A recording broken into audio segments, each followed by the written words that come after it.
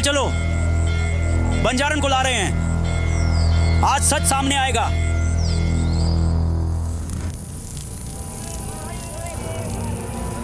बंजारन बाहर निकाल।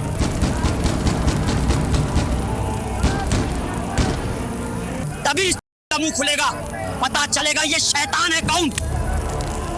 तेरे जैसी औरत का जिंदा रहना पूरे गांव के लिए हानिकारक है।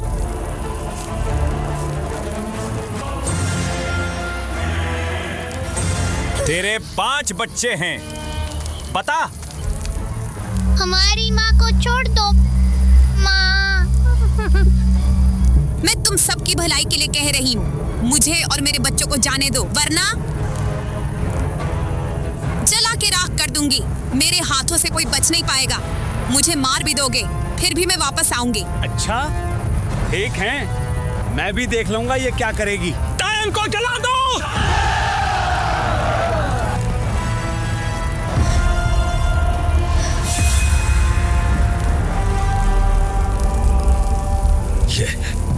ये क्या है? ये तो वही निशान।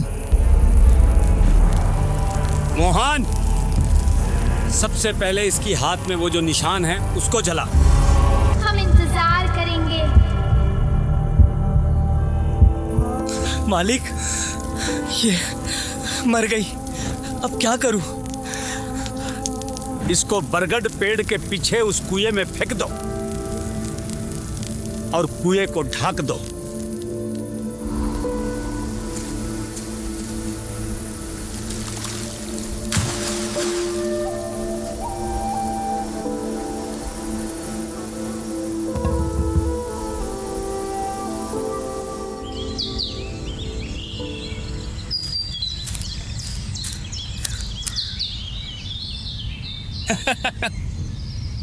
फिर क्या हुआ?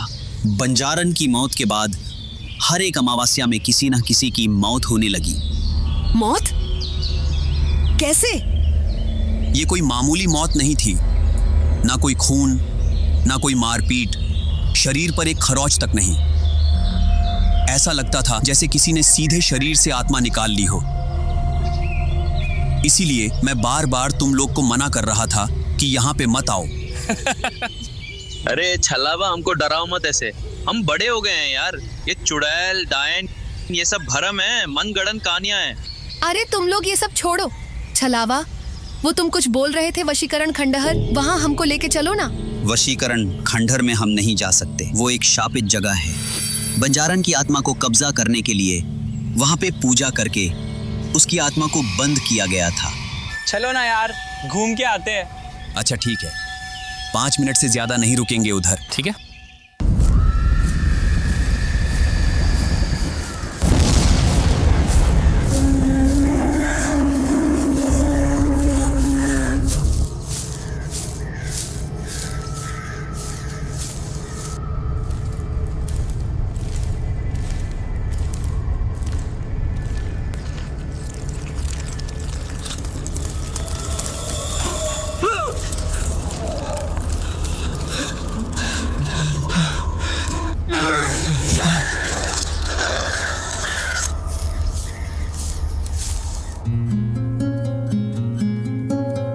ये जगह मुझे बहुत अच्छी लग रही है, कितनी शांत है।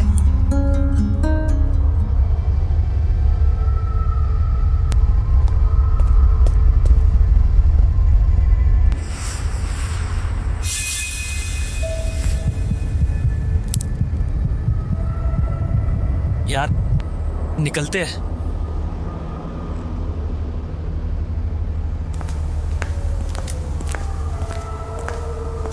एक गेम खेलते हैं, वशीकरण का खेल, जैसे हम कॉलेज में खेलते थे। अरे छोड़ ना ध्रुव, ऐसे नहीं करते हैं, शाम भी हो गई है। चलो यहाँ से अब। क्यों? तुम्हें डर लग रहा है क्या?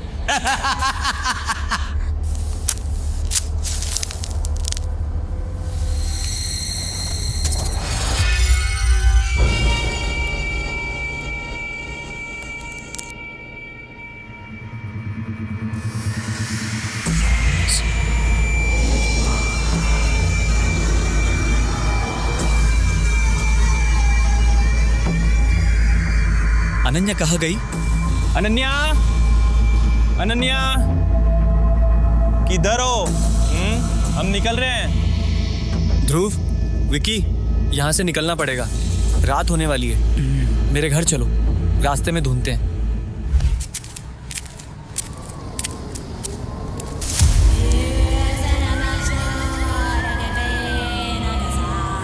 अनन्या, अनन्या,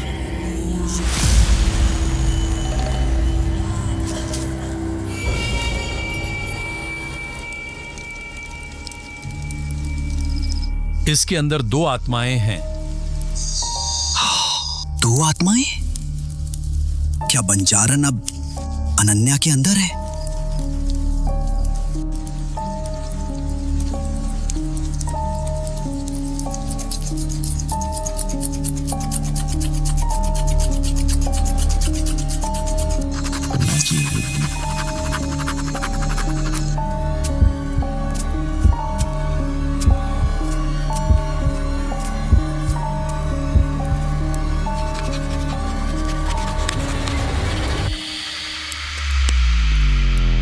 भगवान, ये तो वही निशान है जो बंजारन के हाथ में था।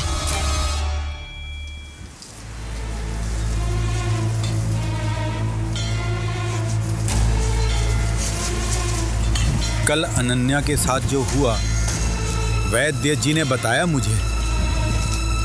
सच सच बताओ, उस मनहूस जगह तो नहीं गए थे? वो कुआं और वशीकरण खंडहर दोनों शापित हैं। हो सकता है वहां की ऊर्जा ने अनन्या को प्रभावित किया हो। वो हुआ ये था कि वो देखो बंजारन का निशान, वो डायन लौट आई है।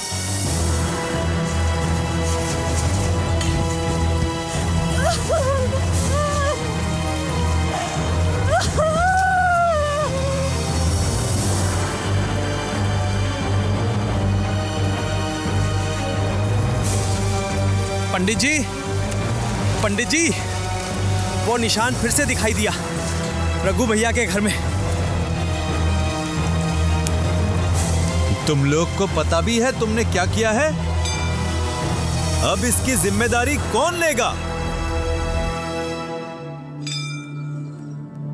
ये शहर के लोगों की आने की वजह से आज ये सब हो रहा है। निकालो इन सबको यहाँ से। हम इस गांव से नहीं जाएंगे दादी।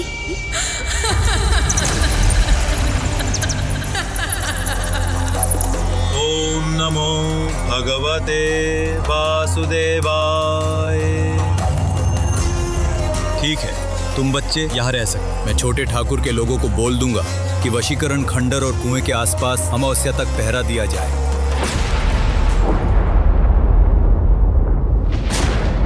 आज रात हम उस मनहूस जगह पे जाएंगे, देख के आएंगे कि ऐसा क्या है वहां। क्यों वो बंजारन अनन्या के पीछे पड़ी है? ये सच हमको जानना ही है। ये सही नहीं है। बंजारन का खौफ तो है ही, और वहां छोटे ठाकुर के लोग भी पहरा दे रहे हैं। तुम डर रहे हो तो मत आओ। मैं और ध्रुव हम दोनों ही जाएंगे। गुस्सा मत करो विकी, छलावा हमारी भलाई के लिए ही बोल रहा है। छलावा भी जाएगा हमारे साथ।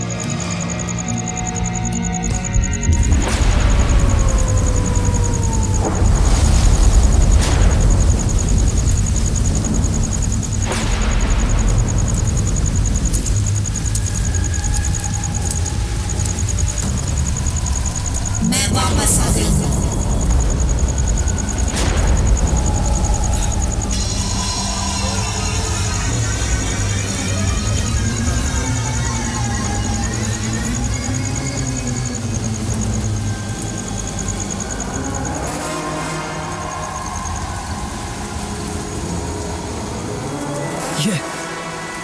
ये तो मर गया। मूर्ख, अपनी जान की परवाह है तो भाग जा यहाँ से।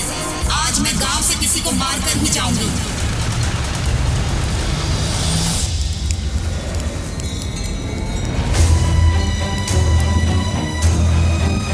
घोर अमंगल। आज रात पाली गांव में कुछ अनर्थ होने वाला है। पंडित जी, चौकीदार वो मर चुका है। हम कुछ नहीं कर पाए। अनन्या किधर है? अनन्या को बुखार है, वो सुबह से बिस्तर पे पड़ी हुई है। अगर बंजारन को अपनी शक्ति वापस मिल गई तो अनन्या भी नहीं बचेगी।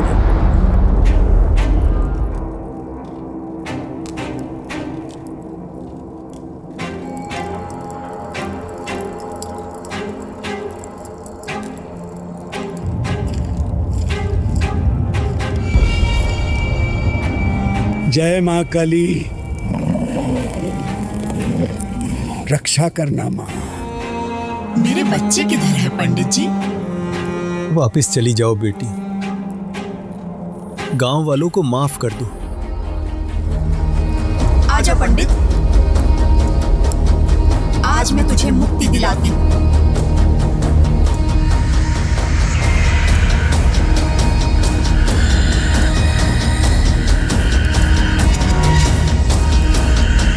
मेरे साथ जो गलत हुआ था उसका बदला मैं लेकर रहूंगी। मुझे रोकना नामुमकिन है।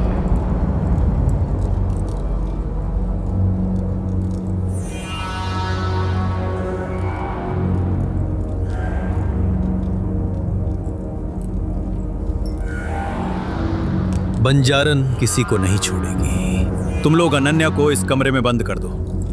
सब मेरे साथ मंदिर चलो। एक मौत हो चुकी है, कुछ तो अनन्या के साथ बंजारन का नाता है, जिसके लिए उसने अनन्या के शरीर को चुना। पंडित जी, छोटे ठाकुर की पत्नी नहीं रही। उसकी हालत भी गौशाला वाली औरत की जैसी थी, और उसकी बगल में वो निशान।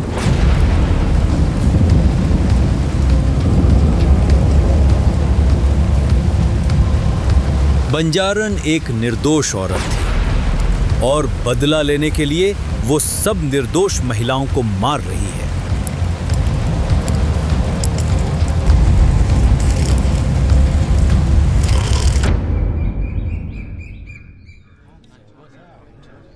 अमावस की अगली सुबह पाली गांव का हर एक निवासी रघु के घर के बाहर खड़ा इंतजार कर रहा था कि सुमेर या पुजारी जी आए तो रघु के घर के करीब जाए, क्योंकि सबको रघु के घर के नजदीक जाने में डर लग रहा था।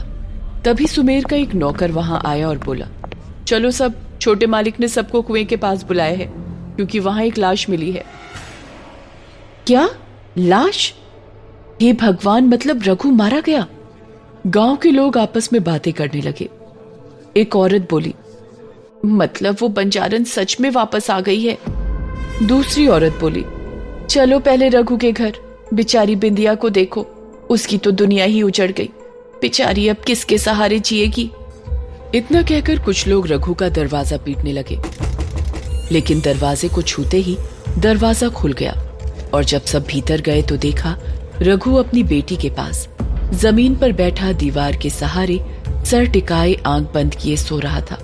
उसे देखते ही सब एक दूसरे का मुंह देखने लगे और बोले, अरे रघु तो ये रहा। रघु को जैसे ही आभास हुआ कि उसके घर लोग घुस आए हैं तो वो हड़बड़ा के उठ खड़ा हुआ। उसे लगा जैसे बिंदिया आ गई है, लेकिन सबको अपने घर पर देख बौखलाहट के साथ बोला, अरे आप लोग सब मेरे घर में? क्या बात है? अरे रघु, तू तो जिंदा है, तो वो लाश किसकी है जो कुएं के पास मिली है? गांव वालों में से कोई बोला, जिसे सुनकर रघु की आंखें हैरानी से खुली की खुली रह गई और वो बात को समझने की कोशिश करता हुआ बोला, लाश? किसकी लाश? ये क्या बात कर रहे हैं आप लोग? इतने में सुमेर का वो नौकर भी भीतर आ गया और बोला, अरे तुम लोग मेरी बात तो सुनो, लाश मिली जरूर है, लेकिन वो किसी मर्द की नहीं बल्कि किसी औरत की है। औरत की लाश का सुनते ही रघु का दिल धक से रह गया और वो घबरा कर बोला, किसी ने मेरी बिंदिया को देखा है क्या? वो आधी रात को वैद्य जी को बुलाने गई थी, अब तक लौटी नहीं है, किसी ने उसे देखा है क्या? रघु की बात पर सब उसका मुंह देखने लगे और कोई बोला, नहीं, बिंदिया बाहर तो नहीं है, और वो बाहर कैसे जा सकती है? कल तो सरपंच साहब के आदमी खड़े थे। रघु का मन किसी आशंका से भर उठा था और वो बिना कुछ सोचे समझे बेतहाशा वहां से भागा और गांव की भीड़ उसके पीछे भागी, क्योंकि सबको जानने की जल्दी थी कि आखिर बिंदिया कहाँ है और ये लाश किसकी है। थोड़ी देर में सब लोग कुएं के पास पहुंच चुके थे, जहां सबसे आगे सुमेर अपने लोगों के साथ खड़ा था और कुछ गांव के लोग उसके साथ ही खड़े थे, जिनका घर कुएं के नजदीक था। सबने देखा कुएं के पास एक लाश पड़ी है।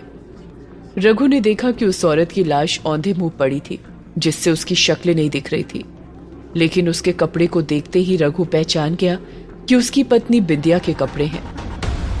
और अपनी पत्नी को देखते ही रघु दहाड़े मार मार कर रोने लगा। रघु की हालत देखकर सबकी आंखों में आंसू आ गए थे, लेकिन किसी को यकीन नहीं हो रहा था कि जान का खतरा तो रघु को था, फिर उसकी पत्नी बिंदिया कैसे। सुमेर ने रघु के कंधे पर हाथ रखकर उसे सांत्वना देते हुए कहा, हिम्मत रखो रघु। सुमेर की बात सुनकर रघु रोते हुए बोला, ये क्या हो गया मालिक, वो तो मुझे मारने वाली थी, बिंदिया को क्यों ले गई वो चुड़ैल। सुमेर ने पूछा, रघु मैंने तुम्हारे घर के बाहर अपने लोगों को तैनात कर रखा था, फिर क्यों तुमने बिंदिया को बाहर जाने दिया। मालिक बिंदिया तो इसलिए घर से निकली क्योंकि आधी रात को अचानक मेरी बिटिया की तबीयत बहुत खराब हो गई थी। वो तो वैद्य जी के पास दवा लेने गई थी। उसके बाद बिंदिया की राह देखते देखते कब मेरी आंख लग गई पता ही नहीं चला। इतना कहकर रघु बिंदिया की लाश के सामने ढेर हो गया। गांव वालों ने जब इन दोनों की सारी बातें सुनी तो सब हैरानी से आपस में बातें करने लगे। उनमें जो सबसे बुजुर्ग था, जो 25 साल पहले भी बंजारन के तांडव को देख चुका था, उसने कहा, छल, ये सब छल है। पुजारी जी ने कहा था कि वो तरह तरह के छल करेगी और तुम लोग उसके छल में फंस गए। रघु बस रोता रहा। बिंदिया कितना मना किया था तुझे, मत जा बाहर, मुझे जाने दे, लेकिन तू नहीं मानी। अब हमारा क्या होगा, हमारी बिटिया किसके सहारे पलेगी।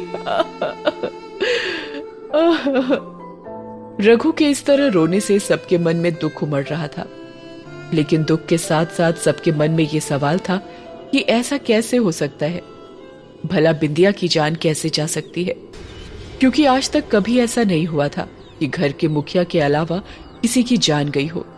फिर इस बार ऐसा कैसे हो गया। सुमेर खुद इस बात से बहुत चिंतित था। सुमेर ने एक बार पूरे गांव की भीड़ पर नजर डाली और जब उसने देखा लगभग पूरा गांव उमड़ आया है, लेकिन पुजारी जी का कहीं पता नहीं है, तो उसने अपने खास आदमी महादेव से पूछा, अरे महादेव, पुजारी जी नहीं आए। महादेव ने नाम में गर्दन हिला दी और बोला, अभी बुला लाते हैं। इतना कहकर महादेव पंडित जी को देखने के लिए जाने लगा। इतने में सामने से पुजारी जी आते दिखे। पुजारी जी को देखकर सबकी आंखों में आस की किरण जगमगाती नजर आई। सबको लगने लगा कि अब पुजारी जी सब ठीक कर देंगे। सुमेर ने जैसे ही पुजारी जी को आते देखा, वो जल्दी से पुजारी जी के पास गया, लेकिन पुजारी जी तो अपनी ही दुनिया में खोए हुए थे। उन्होंने ना तो सुमेर को देखा, ना ही किसी गांव वाले को। वो चुपचाप कहीं खोए हुए से कदमों से आगे बढ़ते रहे। पुजारी जी की हालत भी बहुत अस्त व्यस्त थी। उनके कपड़े हर जगह से गंदे थे, उन पर मिट्टी लगी हुई थी, उनके बाल बिखरे हुए थे। वो बहुत ही थके लग रहे थे क्योंकि वो रात भर नहीं सोए थे। उन्हें देखकर सुमेर बहुत परेशान हो गया और उसने फिक्र से कहा, प्रणाम पुजारी जी। लेकिन पुजारी जी ने उसके प्रणाम का भी कोई जवाब नहीं दिया।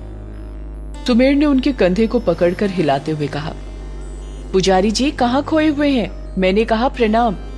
सुमेर के छूने से पुजारी जी जैसे नींद से जागे हो और उन्होंने जब सुमेर की तरफ देखा तो कहा, हाँ हाँ सुमेर बाबू, प्रणाम प्रणाम, खुश रहिए। सुमेर ने पूछा, क्या बात है पुजारी जी, आप बहुत परेशान लग रहे हैं। पुजारी जी ने बेबस नजरों से सुमेर की तरफ देखा और बोले, मैं कुछ नहीं कर सका सुमेर बाबू, मैं कुछ न कर सका।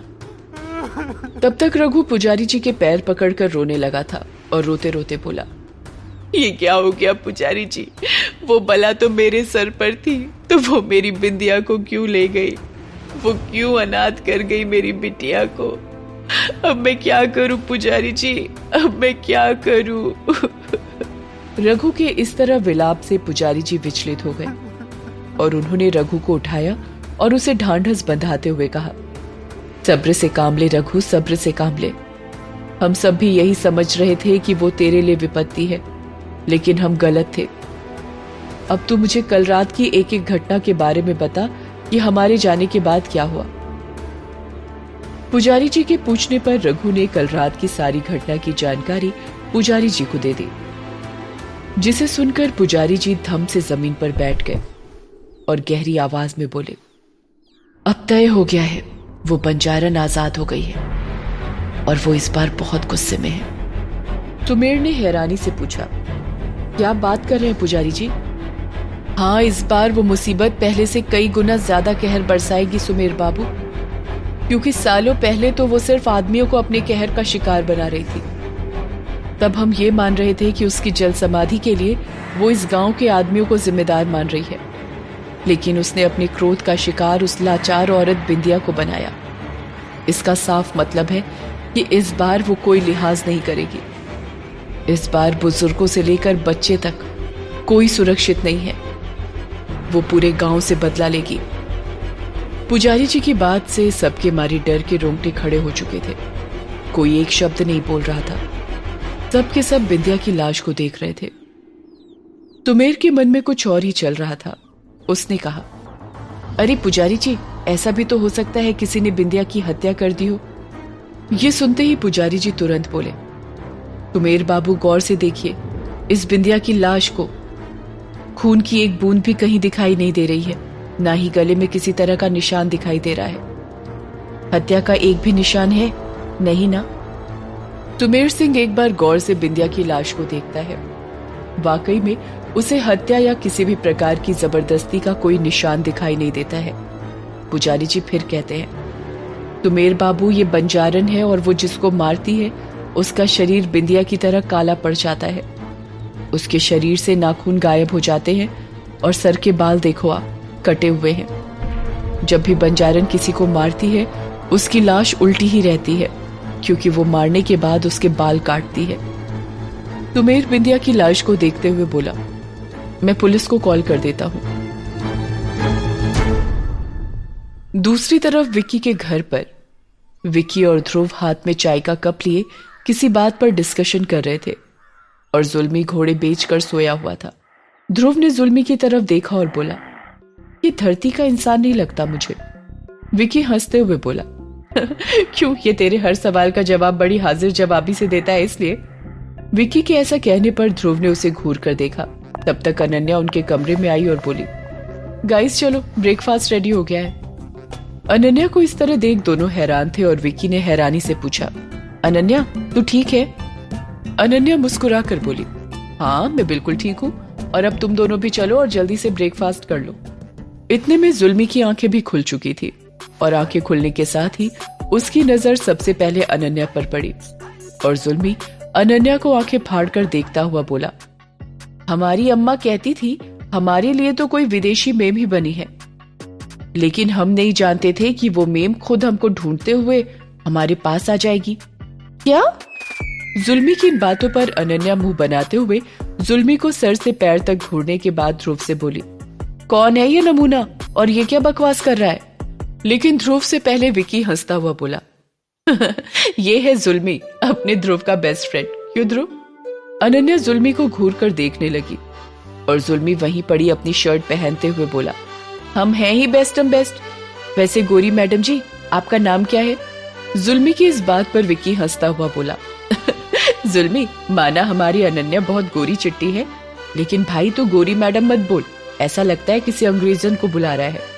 विक्की अभी बोल ही रहा था कि जुल्मी चिढ़ता हुआ बोला, देख नहीं रहे हैं दो समझदार लोग, मैं और ये मैडम जब बात कर रहे हैं तो बीच में ज्ञान क्यों पेल रहे हैं? अरे बुद्धू समझते हैं क्या कि गोरी मैम देखे तो लट्टू हो जाएंगे? ऐसे ऐसे बहुत लड़कियों से चक्कर चला चुके हैं। इतना कहकर जुल्मी अनन्या को बड़े प्यार से निहारने लगा और विक्की मजे लेते हुए बोला, ओ भाई, ध्रुव यहाँ आते ही तेरा एक सौतन भी बन गया, संभल कर रहना। विकी की इस बात पर ध्रुव उसे घूरने लगा और अनन्या जुल्मी की तरफ नाक सिकोड़कर ध्रुव से बोली, तुम लोग जल्दी आओ। और जाते जाते विकी के कान में बुदबुदाते हुए गई, इस नमूने को जल्दी चलता करो यहाँ से, वरना मैं अप्सरा से यमदूत बन जाऊंगी। कितना प्यारा बोलती है। जुल्मी जाती अनन्या को देखकर शर्माते हुए बोला। ध्रुव जुल्मी के हाथ में उसका फूल पत्ते प्रिंट वाला पैंट पकड़ाता हुआ बोला, तुम्हारे हैंडसम फेस और हेयर स्टाइल पर वो तुम पर लगभग फिदा हो गई थी। अगर तुम अपना ये स्टाइलिश पैंट पहन लेते तो बात बस बन ही जाती। ध्रुव के इतना कहते ही जुल्मी ने जल्दी से नीचे देखा और उसने सिर्फ बड़े बड़े चेक वाले कच्छे पहने थे, जिसका नाड़ा उसके घुटने को छू रहा था। जुल्मी ने जल्दी से अपना पैंट लिया और रुआसी आवाज में बोला, अब तो चिड़िया खेत चुग गई भैया, अब क्या फायदा बताकर। इतना कहता हुआ जुल्मी वहां से भागा और ध्रुव और विकी जोर जोर से ठहाके लगाने लगे। इतने में उन्हें बाहर से छलावा की चिल्लाने की आवाज आई, जो चिल्ला चिल्ला कर इन दोनों को बुला रहा था। ध्रुव और विकी जल्दी से बाहर पहुंचे। तब तक जुल्मी भी पैंट पहनकर बाहर आ चुका था और अनन्या भी वहीं खड़ी थी। ध्रुव ने पूछा, क्या हुआ, तुम चिल्ला क्यों रहे हो? और तुम बाहर से किधर से आ रहे हो? हमें तो लगा तुम दूसरे कमरे में सो रहे होगे। छलावा ध्रुव के सवालों को नजरअंदाज करते हुए बोला, वो सब छोड़ो, पहले मेरी बात सुनो। तुम लोग अपना सामान लो और भागो यहां से जितनी जल्दी हो सके। क्या? लेकिन क्यों? हुआ क्या? हमने क्या किया? अब ये सारे सवाल एक साथ पूछ बैठा ध्रुव और छलावा अपनी उखड़ी सांसों को समेटता हुआ बोला, लाश मिली है कुएं के पास। छलावा की इस बात पर विकी और ध्रुव एक दूसरे को देखने लगे और एक साथ बोले, क्या मतलब रघु सच में मर गया? छलावा इनकार में सिर हिलाता हुआ बोला, नहीं रघु नहीं, रघु की पत्नी बिंदिया की लाश मिली है कुएं के पास, और अब सब तुम लोगों से और मुझसे भी बहुत नाराज है। छोटे ठाकुर ने अपने लोगों को भेजा है हम लोगों को लाने के लिए, इसलिए तुम लोग भागो। छलावा की कोई भी बात किसी को सही से समझ नहीं आ रही थी। अंत में अनन्या ने पूछा, लेकिन हम क्यों भागे? मुसीबत तो तुम्हारे सर भी है ना, अगर हम चले गए तो तुम्हारा क्या होगा? छलावा समझाता हुआ बोला, देखो तुम लोग यहाँ के नहीं हो और ये गांव भी मेरा घर है और यही मेरा परिवार, मैं इन्हें छोड़कर कहाँ जाऊंगा? और तुम लोग समय से निकल गए तो जो भी होगा मेरे साथ होगा, वो सब मैं देख लूंगा। छलावा की इन बातों से ध्रुव और विकी आगे आकर छलावा को गले से लगाकर बोले, यार अब तक हमारे बीच जो लड़ाई झगड़े हुए वो अलग बात है, लेकिन तू हमारा दोस्त है और ये सब प्रॉब्लम तुझे हमारी वजह से हो रही है और हम तुझे अकेले छोड़कर कहीं नहीं जाएंगे। अब जो होगा साथ में देखेंगे। ध्रुव की इन बातों से छलावा भावुक होकर बोला, आज तक किसी ने मुझे अनाथ से इतना अपनापन नहीं दिखाया। जुल्मी जो कि इन लोगों की बात चुपचाप देख रहा था, झूठ मूठ के आंसू पोंछता हुआ बोला, आई हेट टीयर रे पिंपल्स। उनकी इस बात से अनन्या ने उसे घूरा, जिस पर विकी अनन्या के कान में बोला, ब्रिटिश के बाद एक यही अंग्रेज बचा है देश में, वैसे ये पिंपल्स कहना चाहता है। और फिर मजाक उड़ाते हुए जुल्मी से बोला, आई हेट टीयर्स पुष्पा था जुल्मी, पिंपल्स नहीं। पिंपल उसे कहते हैं जो तेरे चांद से रोशन चेहरे पर भर भर के हैं। और इससे पहले जुल्मी कुछ बोलता, सुमेर का खास आदमी महादेव और मनवा अपने कुछ साथियों को लेकर वहां आ गया था और आते ही कड़ी आवाज में बोला, तुम सब चलो जल्दी कुएं पर, छोटे मालिक ने लाने को कहा है और पुलिस भी आती ही होगी। सुमेर तक तो ठीक था, लेकिन पुलिस के नाम से इन सब के होश उड़ गए थे।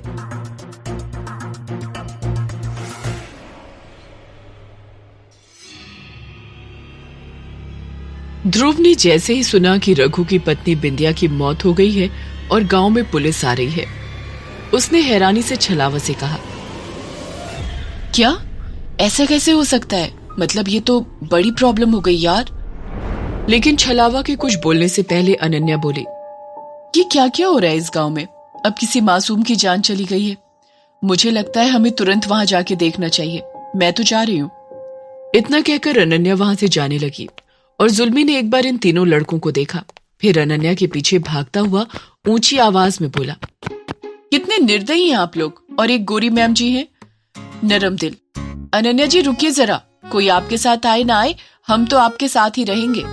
अनन्या उसकी इस बात पर चिढ़ती हुई बोली, मुंह बंद करके चलो फिर। छलावा ने महादेव और मनवा से कहा, हम आपके साथ आते हैं भैया, चलिए। और सब कुएं की तरफ बढ़ गए। लेकिन रास्ते भर ध्रुव उलझन में रहा कि अब क्या होगा। ये सब होगा किसी ने सोचा नहीं था। विकी ने नर्वस होकर पूछा, ध्रुव अब हम क्या करेंगे भाई? पुलिस कोर्ट के चक्कर में अगर फंस गए तो बस सब खत्म। और मैं माँ को क्या जवाब दूंगा कि उनके लाख मना करने के बाद भी मैं पाली लौटा। ये सब करने के लिए आया था। ध्रुव ने विकी के डर को समझते हुए कहा, अरे भाई हम क्यों फंसेंगे? हमने थोड़ी ना मारा है किसी को। तू परेशान मत हो। जब कुछ किया ही नहीं है तो डरने की क्या बात है? हो ना हो इस गांव में कोई बहुत बड़ी साजिश कर रहा है। विकी तुरंत बोला, पहले गांव वाले बोल रहे थे हमने किसी बंजारन को आजाद कर दिया। अब गांव में किसी की हत्या हो गई है तो भी हम ही को बुलाया जा रहा है। समझ नहीं आता क्या हो रहा है। भाई गलती कर दी इस गांव में आकर। ध्रुव ने विकी के कंधे पर हाथ रखते हुए हिम्मत रखने को कहा और बातें करते हुए ये लोग कुएं के पास पहुंच गए, जहां अनन्या और जुल्मी आगे खड़े थे और कुएं के पास बिंदिया की लाश पड़ी थी और रघु अपनी बेटी के साथ वहीं बैठा बिलख रहा था। और जैसे ही रघु की नजर इन लोगों पर पड़ी, गुस्से से दहाड़ता हुआ ध्रुव और विकी पर झपटता हुआ बोला, मैं तुम लोगों को जिंदा नहीं छोड़ूंगा। तुम्हारी वजह से मेरी बिंदिया की मौत हुई है।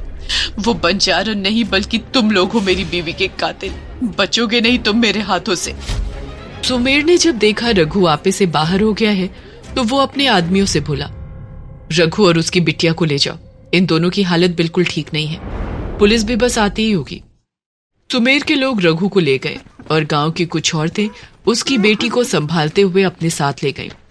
रघु और उसकी बेटी के जाने के बाद सुमेर और पुजारी जी दोनों गुस्से भरी नजर से ध्रुव और उसके दोस्तों को घूरने लगे। पुजारी जी ने ध्रुव की आंखों में देखते हुए कहा, अब तुम क्या कहना चाहोगे? क्या अब भी तुम यही कहोगे कि ये सब अंधविश्वास है और इस अंधविश्वास और बेवकूफी में किसी की जान चली गई? एक बार के लिए तो ध्रुव को बुरा जरूर लगा और उसे अफसोस भी था कि किसी की जान चली गई थी, लेकिन वो ये किसी भी हालत में मानने को तैयार नहीं था कि इसके पीछे उसका हाथ था। उसे यही लग रहा था कि ये सब किसी इंसान की साजिश है। इसलिए वो बिंदिया की लाश की तरफ देखता हुआ सुमेर से बोला, मुझे अफसोस है इस औरत की मौत का, लेकिन अगर आपको ये लगता है कि इन सब की वजह हम हैं, तो आप गलत हैं। बजाय हमें बार बार इन सब में घसीटने के, अगर आप उस इंसान को ढूंढें जो ये सारी प्लानिंग कर रहा है, तो मेरे ख्याल में आप लोगों की परेशानी बहुत जल्दी हल हो जाएगी। और सुमेर यार, आप तो पढ़े लिखे हैं, आपको समझाना चाहिए कि ये हत्या है। सुमेर को ध्रुव का ये अकड़ू नेचर अंदर तक सुलगा रहा था, लेकिन वो किसी तरह खुद को कंट्रोल करता हुआ बोला, बिल्कुल सही कहा ध्रुव तुमने। मैं पढ़ा लिखा हूँ, इसीलिए मैं समझ पा रहा हूँ कि देखा जाए तो आज से पहले हमारे गांव में इस तरह की घटना कभी नहीं हुई। जब से तुम लोग आए हो तब से ये सब हो रहा है। तो मुद्दे की बात यह है कि कहीं इन सब के पीछे जो प्लानिंग और साजिश है, कहीं वो तुम्हारी ही तो नहीं है। ध्रुव हैरानी से बोला, सुमेर जी, आप गलत दिशा में अपना दिमाग दौड़ा रहे हैं। अरे सोचिए, हमें ये सब करके क्या मिलेगा? इसलिए उस आदमी को ढूंढिए जो हमारी आड़ में अपना मकसद पूरा करने में लगा हुआ है। सुमेर ने पलटकर जवाब दिया, किसे ढूंढना है और किसकी छानबीन करनी है ये सब पुलिस पर छोड़ दो। पुलिस आ रही है और जब पुलिस आती है तभी सच बाहर आता है। और एक बात ध्यान रखना, अगर तुम पुलिस की नजरों से गलती से बच भी गए तो मेरी नजर तुम पर हमेशा रहेगी। सुमेर के इतना कहते ही ध्रुव या विक्की के कुछ बोलने से पहले अनन्या सुमेर के सामने आ गई और उसे उंगली दिखाते हुए बोली, देखिए मिस्टर, आपका जो भी नाम है, हम अगर कुछ कह नहीं रहे हैं, कुछ कर नहीं रहे हैं, इसका ये मतलब नहीं है कि आपके मुंह में जो आएगा बोलते जाएंगे। ध्रुव ने कहा ना, इन सब में हमारा कोई हाथ नहीं है। हम यहाँ सिर्फ इंसानियत के नाते आए हैं क्योंकि ये विक्की का गांव है, इसलिए हम इसे अपना गांव समझ रहे हैं। और ये हमारे लिए भी दुख की बात है कि हमारे बीच से कोई मर गया है, लेकिन अगर इन सबको आप हमसे जोड़कर देख रहे हैं तो आप गलत हैं। छलावा इन सब बातों की गहराई को समझ रहा था और वो सुमेर के सामने हाथ जोड़ता हुआ बोला, मालिक, इन लोगों की बातों के लिए मैं आपसे माफी मांगता हूँ। मैं जानता हूँ जाने अनजाने में हमसे क्या भूल हुई है, लेकिन ये भी सच है मालिक कि हमने जानबूझकर ऐसा कोई काम नहीं किया जिससे कि हमारे गांव की मुसीबतें वापस लौट आए। इसलिए मैं आपसे विनती करता हूँ, इस गांव के सदस्य होने के नाते मुझे मौका दीजिए कि मैं और मेरे दोस्त ये सब जो हो रहा है उसे रोकने में आपकी मदद कर सके। छलावा की बात पर सुमेर एक तीखी मुस्कुराहट के साथ बोला, तुम कौन सी गलती की बात कर रहे हो छलावा? तुम ही इन्हें इस गांव में लेकर आए हो और तुमने सब जानते हुए इन्हें वो सब करने दिया जिस पर गांव वालों का विश्वास है। और इसका मतलब तो साफ है, तुमने गांव वालों का विश्वास तोड़ा है। और इस बीच ये बिंदिया की मौत, कौन जिम्मेदार है इन सब का बोलो? और तुम उनकी गलती पर पर्दा डाल रहे हो और ये हाथ जोड़कर माफी मांग रहे हो। सुमेर की बात पर छलावा ने अपनी नजरें झुका ली। अब उसके पास कोई जवाब नहीं था और गांव वाले अपने सरपंच सुमेर की बात बड़े ध्यान से सुन रहे थे। ध्रुव ने जवाब देते हुए बड़े आत्मविश्वास के साथ कहा, आप लोग इतनी बड़ी बड़ी बातें करते हैं, लेकिन क्या आपको पता है आप लोगों के बीच में से ही कोई है जो कल रात उस कुएं के पास गया था? ध्रुव की ये बात सुन सब गांव वाले आपस में बातें करने लगे, एक दूसरे की तरफ देखने लगे, आखिर कौन है जो रात में वहां गया था। सरपंच सुमेर ने कहा, कहना क्या चाहते हो, साफ साफ बोलो। पुजारी जी से बातों पर ध्रुव तीखे लहजे में बोला, आप तो बस खामोशी रहिए। आपको क्या लगता है हम नहीं जानते कि आप कितने पानी में हैं? अरे आप लोग बार बार हमें तो ये न सीख देते हैं कि वो कुआं और वो खंडहर श्रापित है, वहां नहीं जाना है, वहां जाने से मुसीबत आ जाएगी। लेकिन क्या आप ये बताएंगे कि पिछली रात आप क्या कर रहे थे? लालटेन लेकर इस कुएं के पास क्या करने आए थे आप? पुजारी जी गुस्से में बोले, चुप हो जाओ लड़के, तुम जानते भी हो तुम क्या बोल रहे हो, तुम मुझ पर इल्जाम लगा रहे हो। पुजारी जी ने जब देखा ध्रुव उनके ऊपर आरोप लगा रहा है तो वो अपने आपे से बाहर हो गए और बोले, मैं तुम्हें पहले भी कह चुका हूँ, जिस बारे में जानकारी नहीं है उस बारे में नहीं बोलना चाहिए। क्या तुम जानते हो कि कल की रात मैं वहां क्या कर रहा था? अगर नहीं तो खामोश रहो। ध्रुव ने फिर से बड़े आत्मविश्वास के साथ सवाल किया, तो आप ही बता दीजिए आप वहां क्या कर रहे थे। सुमेर तुरंत बीच में बोला, सवाल ये नहीं कि पुजारी जी वहां क्या कर रहे थे, सवाल ये है कि तुमने इन्हें देखा, इसका मतलब तुम भी वहीं थे। बताओ तुम वहां क्या कर रहे थे? सुमेर के सवाल पर ध्रुव कुछ नहीं बोल पाया। उसने सोचा भी नहीं था कि अगर वो पुजारी जी के बारे में बताएगा तो वो भी पकड़ा जा सकता है।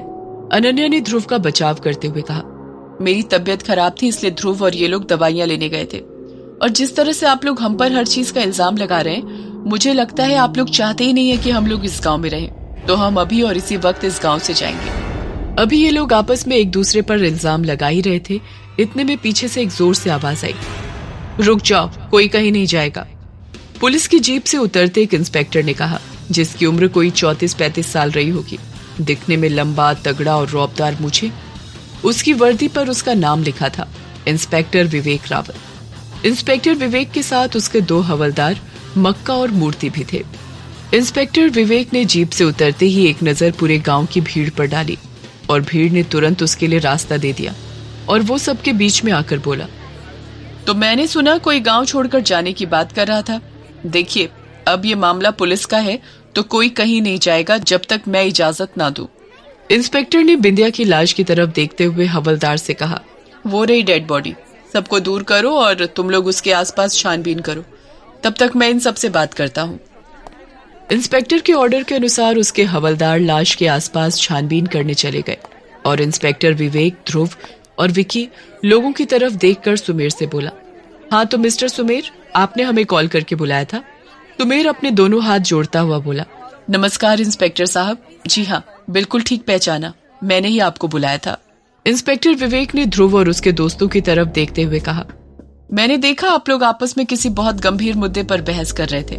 क्या मैं जान सकता हूँ ये लोग कौन हैं और आप लोग किस बात पर बहस कर रहे थे? सुमेर ने ध्रुव की तरफ इशारा करते हुए कहा, ये ध्रुव है और ये उनके दोस्त विकी और अनन्या। विकी हमारे ही गांव का है, इसके पिताजी हमारे गांव के थे, लेकिन उनकी मौत के बाद विकी की माँ इसे लेकर यहाँ से चली गई। विकी का जन्म, पालन पोषण सब शहर में हुआ है और ये पहली बार अपने दोस्तों को लेकर हमारे गांव घूमने आया था। और जैसा कि आप जानते हैं गांव का इतिहास क्या रहा है और यहाँ की मान्यताएं क्या है। इन लोगों ने यहाँ आकर हमारी मान्यताओं के साथ छेड़छाड़ किया है और वो बंजारन आजाद हो गई इनकी वजह से, इसलिए अब ये बिंदिया की लाश मिली है इस कुएं के पास। सुमेर की बात पर 2 सेकंड के लिए तो इंस्पेक्टर विवेक मुंह खोले हुए सुमेर को देखता रहा, फिर हंसता हुआ बोला, ये कैसी बात कर रहे हैं ठाकुर साहब? जहाँ तक आपके बारे में आसपास के क्षेत्र में चर्चा है, आप तो शहर से पढ़ लिख कर लौटे हैं और आप बंजारन की बातें करते हैं। देखिए, किससे कहानी तक अच्छा है, लेकिन कानून तो कानून है, पहले ही बता रहा हूँ। इंस्पेक्टर की बात पर सुमेर हल्का सा मुस्कुराया और बोला, बिल्कुल आप कानूनी कार्रवाई करिए और हम तो कानून और गांव के अपने लोगों दोनों के साथ हैं। खैर सुमेर बाबू, इस मौत की वजह क्या है ये सब तो हम छानबीन कर ही लेंगे, लेकिन फिलहाल मैं जरा गांव वालों से पूछताछ कर लूं। इतना कहकर इंस्पेक्टर विवेक गांव के कुछ लोगों से पूछताछ करने लगा। तब तक उसके हवलदार लाश का मुआयना करके आ चुके थे। इंस्पेक्टर विवेक ने पूछा, मक्का क्या हुआ, कुछ मालूम चला क्या मामला है? देख तो पूरा शरीर काला पड़ गया है, लगता है किसी ने बहुत तगड़ा जहर दिया है। अरे ससुरा, किसी ने इसका नाखून भी निकाल लिया है। ये क्या बवाल है मक्का? उसके हवलदार इनकार करते हुए बोले, पता नहीं साहब, नाखून क्यों निकले? और साहब, जहर में शरीर नीला पड़ता है, ये तो काला, और शरीर पर कोई चोट का निशान भी नहीं है जिससे लगे कि नाखून निकालते समय या मारते समय हाथापाई हुई हो। न गले पर कोई निशान है जिससे लगे कि गला दबाया हुआ है। शरीर पर एक बूंद पानी का निशान है, न कपड़े गीले हैं जिससे लगे कि पानी में डूबने से मौत हुई है। मामला तगड़ा है साहब। हवलदार की बात सुनकर इंस्पेक्टर हैरानी से बोला, अबे तो क्या किसी ने इस औरत को बिना छुए ही मार दिया? गजब बात कर रहे हो मक्का। और फिर खुद इंस्पेक्टर विवेक कुएं के आसपास के पूरे जगह के कोने कोने की छानबीन कर रहा था, क्योंकि उसे यकीन था कि उसके हवलदार को बेशक कुछ न मिला हो, लेकिन उसकी पैनी नजर से एक छोटा सबूत भी नहीं छूटेगा। दूसरी तरफ ध्रुव, विकी और अनन्या इंस्पेक्टर की तहकीकात पूरी होने की राह देख रहे थे, क्योंकि उन्होंने अब इस गांव से जाने का फैसला कर लिया था। जुल्मी कांपती आवाज में धीरे से ध्रुव के कान में बोला, अगर इंस्पेक्टर जी को पता चल गया कि कल आधी रात को आप और हम लोग यहाँ सैर सपाटे पर आए थे, वो भी आधी रात को, और आप लोगों को लाने वाले हम थे, तो अम्मा कसम, हमारी अम्मा इतनी लाठी लगाएंगी हमें कि हम कहीं बैठने लायक नहीं बचेंगे। ध्रुव जुल्मी को गुस्से में घूरते हुए बोला, एक काम कर, जा तू इंस्पेक्टर की मदद कर दे और बता दे सब। जा जा जा ना। विकी ने तुरंत कहा, यार देख, जुल्मी की बात तो सही है, अगर गलती से भी इन लोगों को भनक लगी ना हमारे यहाँ आने की, तो फिर हमारी खैर नहीं। अनन्या जो इन लोगों की बात सुन रही थी, आहिस्ता से बोली, चुपचाप रहो तुम सब, यहाँ सबकी नजर हमारे ऊपर है और तुम लोग आपस में ही लगे पड़े हो। जुल्मी ने जैसे ही अनन्या की बात सुनी, हाँ गौरी जी, एकदम सही बोली आप, कितनी स्मार्ट हैं आप। इतना कहकर जुल्मी शर्माते हुए अनन्या को देखने लगा और अनन्या मुंह बनाकर उससे दूर जाकर खड़ी हो गई। सुमेर ने जब देखा काफी देर से इंस्पेक्टर छानबीन कर रहे हैं, तो वो उनके पास जाकर बोला, रहने दीजिए रावत साहब, यहाँ आपको कुछ नहीं मिलेगा, क्योंकि जैसा आप सोच रहे हैं इस मौत के पीछे वैसी कोई वजह नहीं। हमने एक जिम्मेदार नागरिक होने के नाते आपको सूचित किया है, लेकिन इस गुनाह के मुजरिम को आप नहीं पकड़ पाएंगे। सुमेर की बात सुनकर इंस्पेक्टर विवेक मुस्कुराता हुआ बोला, रुकिए जरा। और इतना कहते कहते इंस्पेक्टर चुप हो गया और अचानक कुएं के एक किनारे बढ़ गया और वहां जाकर पत्तों के नीचे से कोई चीज निकाली, जो कि एक छोटा लाल रंग का प्लास्टिक जैसा था, जिसे देखकर सुमेर भी हैरान था, लेकिन वो चुप था। इंस्पेक्टर विवेक ने उसे रुमाल से पकड़कर उठाया और बोला, ये देखिए, कानून के हाथ बड़े लंबे होते हैं ठाकुर साहब, नजर भी बहुत तेज है। ये देखिए, ये है एक पेन ड्राइव, लाल और काले रंग की। और फिर इंस्पेक्टर विवेक गांव की भीड़ के सामने आकर बोला, मुझे आप लोगों को ये बताते हुए तसल्ली मिल रही है कि मैं बहुत जल्द उस कातिल को आपके सामने ले आऊंगा जिसने इस औरत की जान ली है, क्योंकि मुझे उसके खिलाफ एक सबूत मिल चुका है। इतना सुनते ही सब गांव वाले आपस में खुसर फुसर करने लगे और काफी देर से चुप पुजारी जी एकदम से बोले, ये आप क्या कह रहे हैं, कैसा सबूत? इंस्पेक्टर ने मुस्कुराकर वो पेन ड्राइव दिखाते हुए कहा, ये देखिए, ये है वो सबूत। इसका मतलब साफ है, कल रात यहाँ कोई आया था जिसकी पेन ड्राइव यहीं छूट गई। इधर सब बातों में लगे थे और ध्रुव, विकी और अनन्या तीनों बड़े ध्यान से देख रहे थे, लेकिन जुल्मी के होश उड़े हुए थे।